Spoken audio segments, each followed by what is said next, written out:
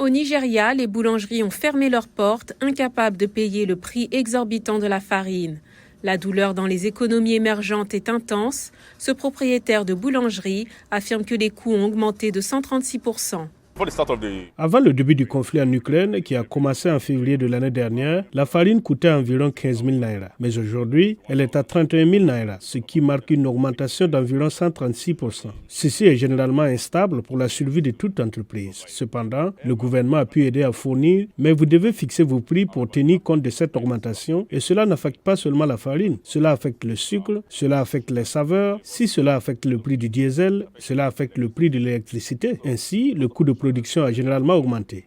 Le Fonds monétaire international a revu ses prévisions de croissance à la baisse cette année et l'an dernier à environ 100 milliards de dollars de pertes de production. L'économiste Johnson Chukwu affirme que les Nigérians auraient dû se concentrer sur une production de céréales locales.